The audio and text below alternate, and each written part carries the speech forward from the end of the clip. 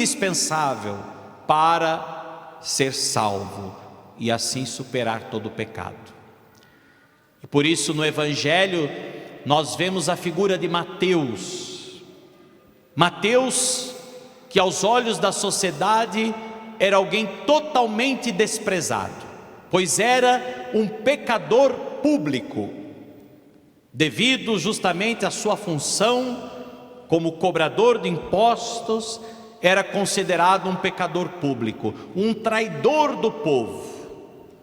E por isso também, uma vez que era pecador, também era considerado alguém longe de Deus, afastado de Deus, pois o pecado não faz parte de Deus, e todo aquele que está em pecado está afastado de Deus. Portanto, era considerado alguém longe de Deus, alguém desgraçado, portanto, alguém sem a graça, desgraçado, longe de Deus, pecador, impuro. Mas Jesus olhou com compaixão, olhou com misericórdia para Mateus e viu não o que Mateus era, mas aquilo que Mateus poderia se tornar. É assim que Deus nos vê, meus irmãos. Deus não nos vê segundo as nossas faltas, mas Deus nos enxerga segundo o seu amor, a sua misericórdia. E a partir do seu amor e da sua misericórdia que vem ao nosso encontro para nos fortalecer, nos reconciliar, Ele nos vê, Ele vê em nós o potencial daquilo que nós podemos vir a ser. A partir do seu amor, a partir da sua misericórdia e diante de uma verdadeira e sincera conversão. Por isso Jesus não viu apenas o que Mateus era, mas Jesus viu aquilo que ele poderia se tornar e dirigiu-lhe apenas duas palavras. Passou por ele, olhou com misericórdia e disse: segue-me. Sim, segue-me. É impressionante vermos a atitude de Jesus diante de um pecador público, diante de alguém que era considerado traidor do povo, que todos sabiam que ele era pecador, pois ele justamente alterava as balanças, ele justamente explorava o povo, ele justamente usava do seu poder, da sua influência para oprimir, sobretudo os mais pobres. E Jesus passa por ele e não o questiona, não exige nenhuma explicação, não faz nenhum interrogatório sobre o seu passado, não lhe pede primeiro que ele se converta, que ele mude de vida e depois o siga.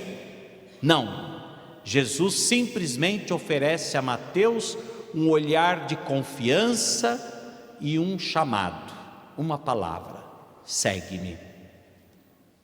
Meus irmãos, a conversão de Mateus virá justamente depois desse encontro. A conversão de Mateus virá justamente do encontro com esse amor misericordioso. É assim também que Deus se aproxima de nós.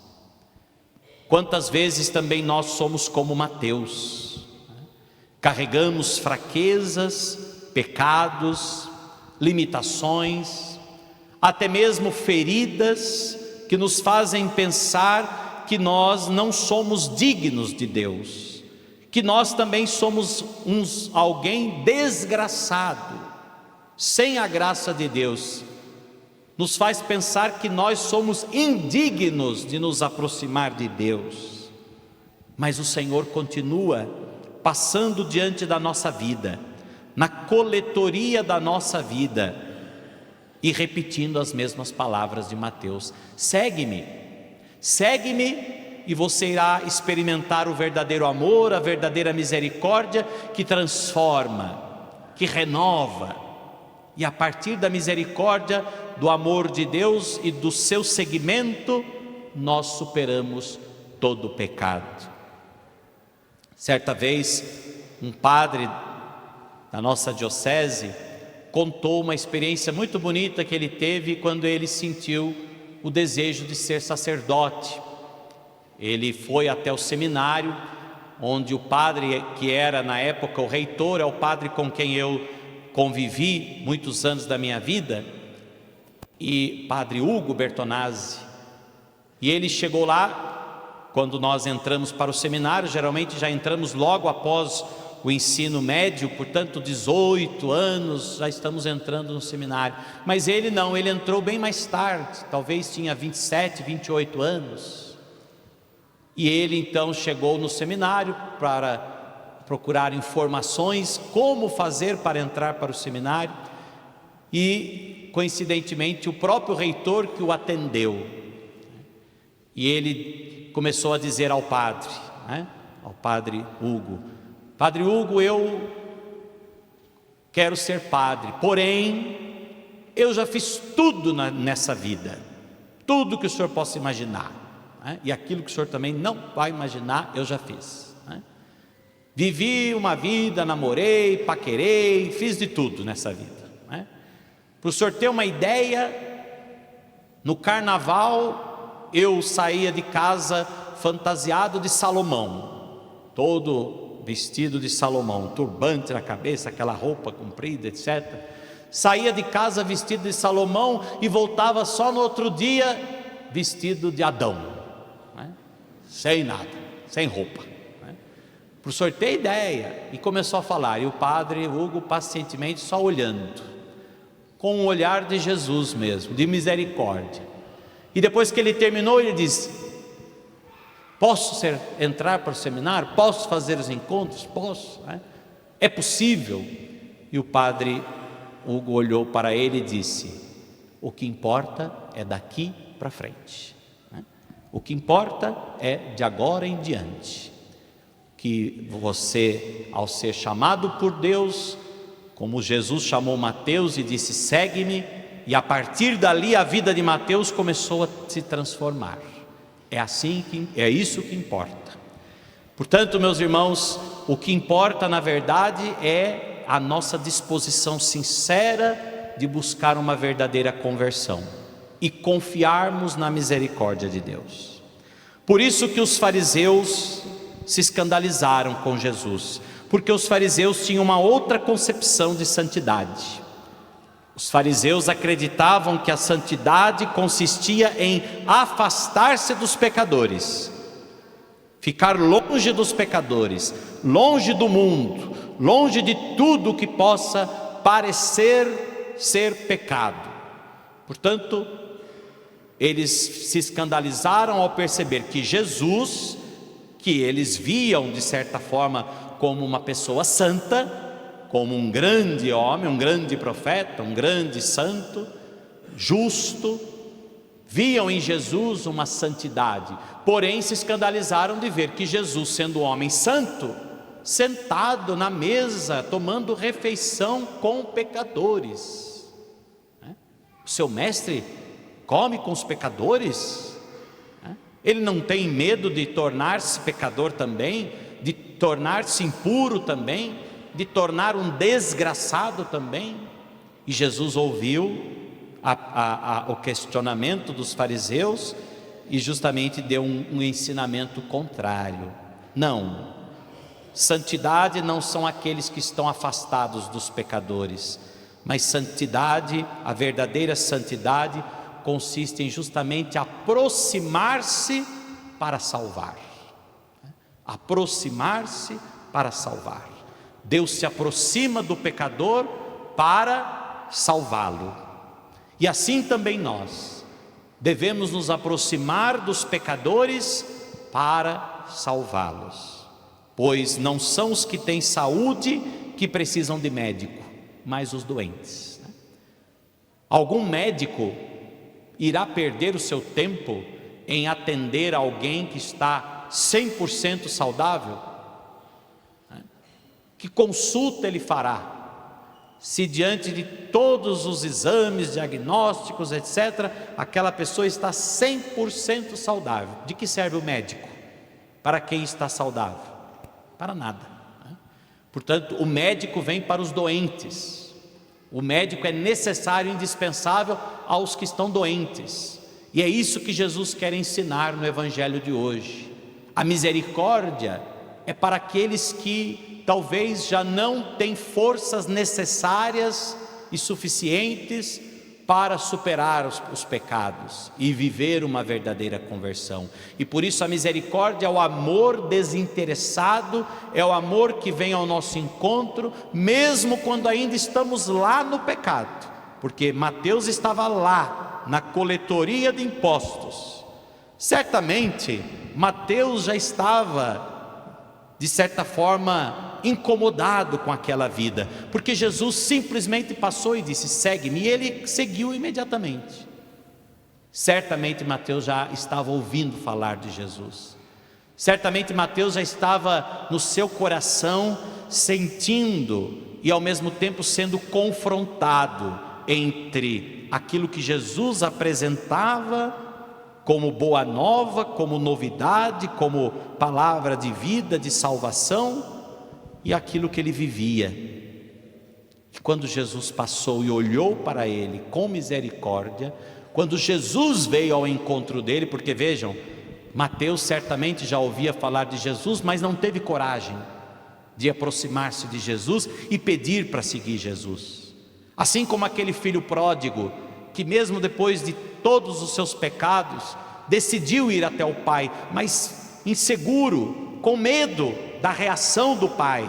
E o pai então, prevendo a insegurança do filho, prevendo que o filho pudesse justamente lembrar-se dos seus pecados e desistir de ir até o pai foi ao seu encontro.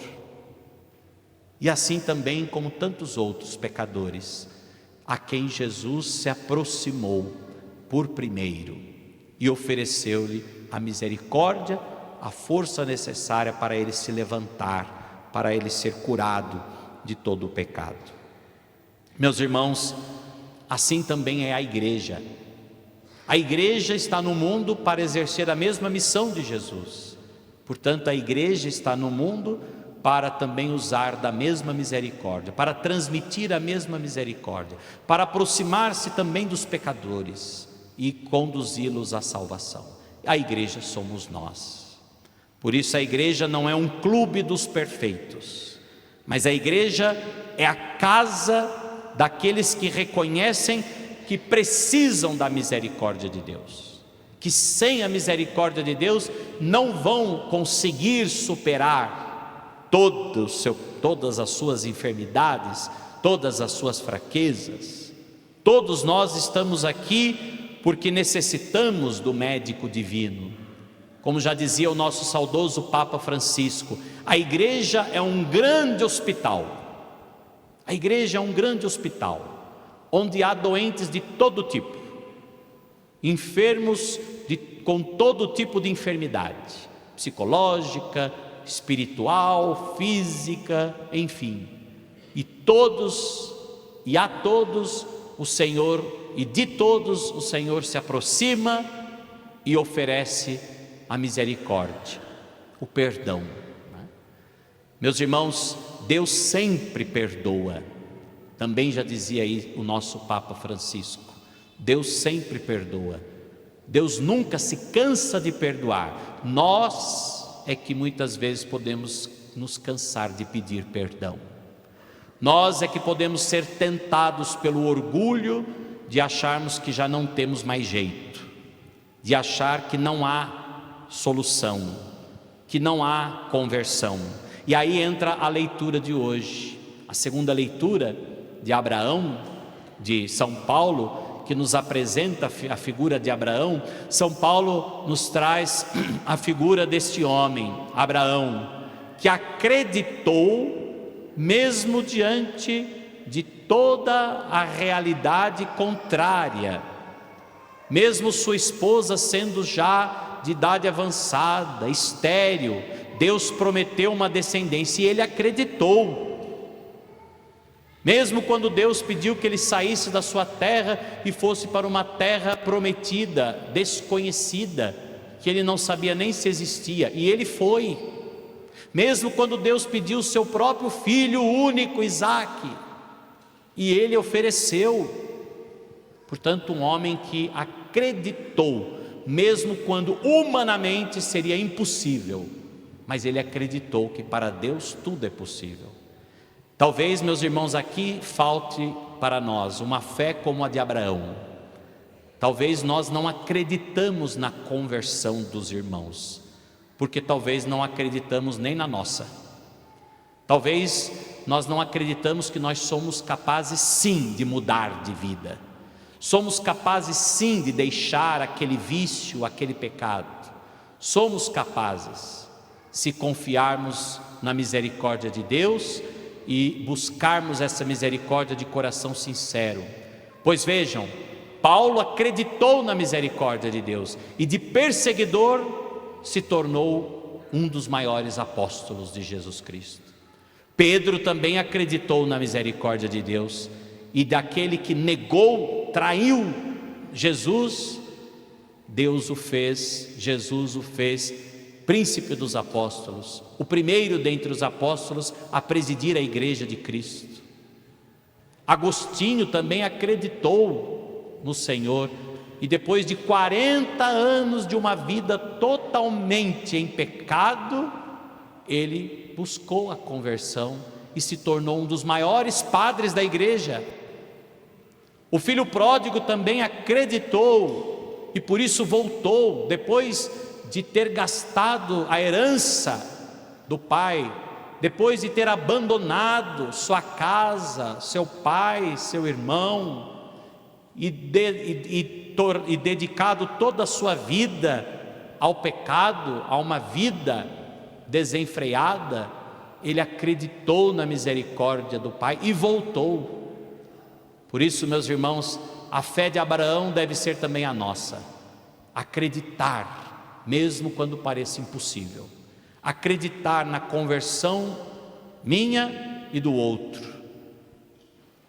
E por isso, também a primeira leitura, o profeta Oséias transmite essa seguinte frase que Jesus também vai repetir no Evangelho: quero a misericórdia e não sacrifício. Deus não despreza o sacrifício. Sacrifício do templo era um culto que era oferecido a Deus como expiação do pecado, como purificação do pecado. E a pessoa então, por meio daquele culto, daquele sacrifício que era oferecido, tinha os seus pecados perdoados, purificados. E Oséias diz: assim diz o Senhor, e Jesus depois vai repetir no Evangelho: quero a misericórdia e não o sacrifício, não apenas o culto. Deus não despreza o culto, Deus não despreza a nossa oração ou os nossos pequenos sacrifícios. O que Deus rejeita é uma religião vazia. O que Deus rejeita é uma religião que é feita apenas de práticas externas, mas que não sai de dentro do coração, sem amor. De nada adianta uma religião externa sem o amor, sem compaixão, sem conversão do coração. Por isso, nós deveríamos examinar a nossa própria consciência, pois é possível que muitas vezes rezamos muito, mas amamos pouco. É possível que muitas vezes frequentemos muito a igreja, mas julgamos muito os irmãos. É possível que participemos de inúmeras celebrações, mas que não tenhamos misericórdia por ninguém. Por isso Jesus recorda que a medida da verdadeira fé é o amor. A medida da verdadeira fé é o amor. E a nossa religião deve nos levar a isso. Estamos aqui não só para praticar ou para cumprir um preceito, mas estamos aqui porque queremos ser transformados pela misericórdia, para que assim como o Pai é misericordioso, nós possamos também ser misericordiosos como o Pai. É isso que Jesus espera de nós. Espera que nós, alcançados pela sua misericórdia, sejamos por Ele transformados, convertidos, para também poder usar de misericórdia para com os irmãos e assim ajudá-los a também se converterem e se transformarem. Peçamos então, meus irmãos, a graça de sermos alcançados pela misericórdia de Deus, que é maior do que os nossos pecados, maior que os nossos fracassos, maior do que qualquer situação que pareça sem solução. E assim, transformados pela misericórdia, sejamos também nós misericordiosos. Assim seja.